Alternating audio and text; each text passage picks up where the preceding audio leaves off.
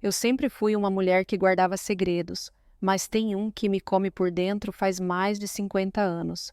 Meu nome é Maria da Conceição, mas todo mundo me chama de Dona Conce. Tenho 78 anos agora, moro numa casinha simples aqui no interior de Minas Gerais, com uma varanda que dá para o quintal onde planto minhas ervas. Tenho 2 filhos, 4 netos e uma vida cheia de altos e baixos, mas nada me machucou tanto quanto aquela escolha que fiz lá nos anos 70. Vocês vão entender o que eu tô falando, mas antes, me contem nos comentários. Você já guardou um segredo que dói tanto que parece que vai te quebrar? De onde você está me ouvindo isso? De São Paulo, do Rio ou de algum cantinho longe? Me conta, vai, que eu adoro saber. E se você está gostando, não esquece de dar um like e se inscrever no canal para mais histórias reais como essa. Vamos lá, eu vou contar tudo, mas vai devagar porque ainda dói. Tudo começou quando eu era jovem. Tinha uns 18 anos, morava com minha família numa favela do Rio de Janeiro. A vida era dura, a gente mal tinha o que comer, meu pai trabalhava na construção e minha mãe costurava para fora. Eu sonhava em sair dali, ter uma vida melhor, mas aí conheci o João, um rapaz que trabalhava no bar da esquina. Ele era bonito, falava manso, prometia mundos e fundos. Eu caí na conversa dele, achando que era amor de verdade, mas ele era casado, só que escondia. Quando descobri que estava grávida, o mundo desabou. Ele sumiu, disse que não era problema dele, me deixou sozinha com a barriga crescendo e o medo me apertando o peito. Minha mãe, Dona Rosa, era uma mulher dura, criada na roça, não aceitava falha. Quando viu minha barriga, me olhou com raiva e disse: "Isso não fica aqui, menina. Vai trazer vergonha para a família toda." Eu chorei noites inteiras, passava a mão na barriga e falava baixinho para o bebê: "Eu te amo, meu filho, mas como eu vou te criar?" A gente mal tinha casa, comida era racionada. Ela arranjou tudo, uma família de fora de Belo Horizonte que queria adotar. Dizia que eram gente boa, com dinheiro, que iam dar uma vida que eu nunca poderia. Eu não queria, mas o medo era maior. Medo de passar fome com uma criança no colo, medo de ser jogada na rua. Então eu aceitei, mas jurei para mim mesma: um dia eu volto para te buscar. O parto foi uma dor que nunca esqueço. Foi numa clínica improvisada na favela com uma parteira que minha mãe chamou. Eu gritei tanto, suava frio, e quando ouvi o choro dele, meu coração encheu de uma alegria misturada com desespero. Ele era tão pequenininho, com olhinhos escuros como os meus. Eu segurei ele só por uns minutos, cheirei aquele cheirinho de bebê novo e amarrei um pedacinho de fita azul no pulsinho dele para um dia reconhecer. Mas minha mãe pegou ele dos meus braços e levou embora no dia seguinte. Eu fiquei vazia, o peito doía de leite que não servia para nada, e chorei, escondida por meses. A vida seguiu, mas eu nunca mais fui a mesma. Me casei com o Antônio, um homem bom que trabalhava na fábrica, tive meus outros filhos, mas sempre que via uma criança na rua, pensava no meu primeiro, o que eu chamei de Pedro em segredo. Os anos passaram e eu tentava esquecer, mas não dava. Toda noite de aniversário dele, que eu calculava pelo dia do parto, eu sentava sozinha e chorava. Escrevia cartas para ele, guardava numa caixinha velha no armário, contava sobre minha vida, sobre como eu sentia falta, sobre o arrependimento que me comia viva. "Filho, me perdoa, eu era nova, assustada", eu escrevia. Mas nunca mandei, porque não sabia onde. Uma vez, uns anos depois, tentei procurar. Fui num cartório no Rio, perguntei sobre adoções antigas, mas eles disseram que os papéis eram confidenciais, que eu não tinha direito. Voltei para casa com o coração partido de novo, achando que era melhor deixar para lá, que talvez ele estivesse feliz sem mim. Mas o segredo pesa, né? Meus filhos cresceram, casei, mas o Antônio nunca soube. Eu fingia que era forte, mas por dentro era um vazio. Um dia, minha neta mais velha, a Ana, que tem 25 anos agora, sentou do meu lado na varanda e perguntou: "Vó, a senhora parece triste às vezes, como se tivesse perdido algo. O que é?" Meu coração parou. Eu olhei para ela, aqueles olhos curiosos, e algo quebrou dentro de mim. Não aguentei mais guardar. Contei tudo, chorando sobre o João, a gravidez, a adoção forçada. Ela me abraçou forte e disse: "Vó, a gente pode tentar achar ele agora. tem internet, registros online. Eu tremi, mas no fundo, uma faísca de esperança acendeu. E se ele estivesse vivo? E se me perdoasse? A busca começou devagar.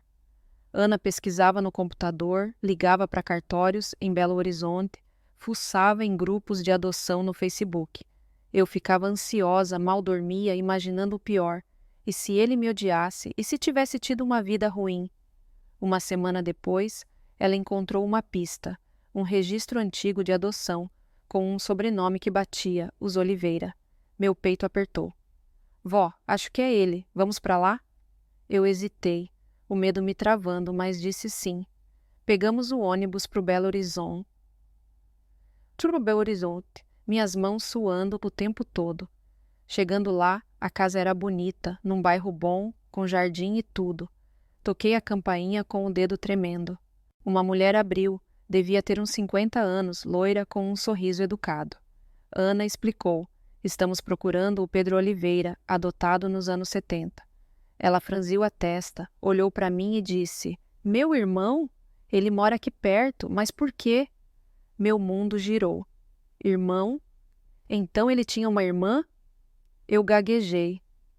Eu sou a mãe dele. Ela ficou branca, chamou o marido e me levou para dentro. Sentamos na sala e ela contou. O Pedro cresceu bem, estudou, virou engenheiro, mas sempre soube que era adotado. Os pais dele contaram quando ele era adolescente e ele ficou magoado, procurou respostas, mas nunca achou nada. Ele vai querer te conhecer, ela disse ligando para ele. Enquanto esperava, meu coração batia como louco. E se ele me rejeitasse? E se dissesse que não queria saber de mim? Meia hora depois, a porta abriu e entrou um homem alto de uns 50 anos, com olhos iguais aos meus. Ele me olhou, parou e eu vi a fita azul no chaveiro dele, a mesma que eu amarrei. Mãe, ele sussurrou. Eu chorei, levantei e abracei ele forte, sentindo o cheiro que eu imaginava há anos. Me perdoa, filho, me perdoa, eu repetia. Ele chorou também, disse que sempre sentiu um vazio, que sonhava com uma mãe que o amava. Contou que a vida dele foi boa, mas faltava algo. Eu procurei você também, mas não sabia por onde começar. Aquela tarde foi mágica, mas veio o drama. Ele contou que o João, meu ex, tinha aparecido anos atrás, dizendo que era o pai querendo dinheiro. Pedro o mandou embora, mas aquilo o machucou mais. Eu fiquei furiosa por dentro, mas aliviada que ele era forte. Passamos horas conversando, rindo de histórias, chorando pelas perdidas. Ana gravava tudo no celular, sorrindo. Mas aí veio a parte dura. Ele tinha uma doença, um problema no coração, e os médicos diziam que não duraria muito. Eu esperei tanto para te achar, mãe. E agora... Ele parou, olhos marejados. Meu peito doeu como nunca. Como assim? Eu o achei só para perder de novo? Os meses seguintes foram uma montanha-russa. Eu me mudei temporariamente para Belo Horizonte para ficar perto. Levava ele no médico, cozinhava as comidas que ele gostava, contava histórias da minha juventude. Ele me apresentou para os filhos dele, meus netos que eu não sabia, mas a doença piorava. Uma noite no hospital ele pegou minha mão e disse: Mãe, eu te perdoo, você fez o que pôde. Eu chorei rios, pedindo para ele ficar, mas o destino é cruel. Ele partiu 2 semanas depois, em paz, comigo do lado. Voltei para Minas com o coração partido, mas transformada. Aqueles meses me deram o que eu sonhei, um pedacinho de tempo com meu filho. Guardei a fita azul, as fotos e as cartas que agora entreguei para ele antes de ir. A dor ainda está aqui, mas misturada com gratidão. Aprendi que o arrependimento mata devagar, mas a coragem salva. Se eu tivesse procurado antes, talvez. Mas não adianta chorar pelo passado.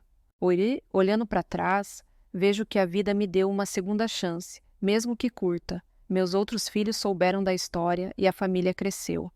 Ana virou minha companheira e a gente conta isso para ajudar outras mulheres. Se você está passando por algo assim, não guarda sozinha. Procura ajuda. Fala. O amor encontra um jeito, mesmo no fim.